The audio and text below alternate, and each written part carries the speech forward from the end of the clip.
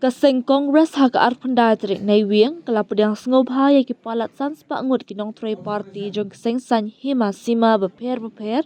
kentup ya ka NPP VPP but UDP katkum ka jingong jong ki dongalam jong kaseng kani kalong umau jam bakong san ban pen ki imbyang ya ka Kongres hajala Meghalaya lapdiang buram ya kini ki bawan ban Pyniasoh thma da unongalam ka Meghalaya Pradesh Congress Committee MPCC ubadiru unong tauan kameliam uba Roni Viling do ha ka jingadon lang u Vice President ubadir u Deputy CEM ka KHADC uba PNCM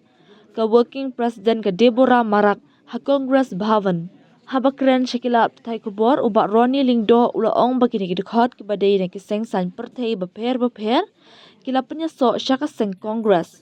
kidai kidkhot jong ka TMC NPP UDP but VPP bat kila rai ban Pyniasoh syak seng Congress namar kila pen pau badai tang ka seng Congress ka bala ban train na ka benta ka jingmentoi jong ki pai ba jong ka jela from nongtrei,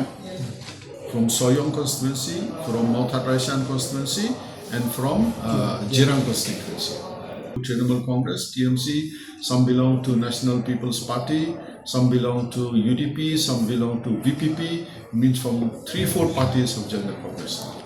And then other parties have come to realize that to serve the interests of the people of the state, it's only the Congress party that can really serve the interests of the people of the state. That's why they've joined the Congress party.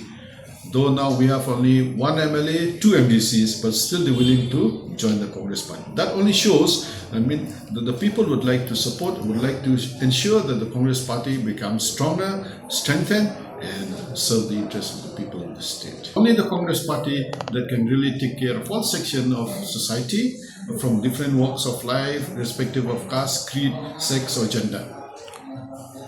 And realizing that they've been associated with those parties, but they've come to realize that it's only the Congress party that can really work for the interests of each and everyone, irrespective of caste, creed, or gender.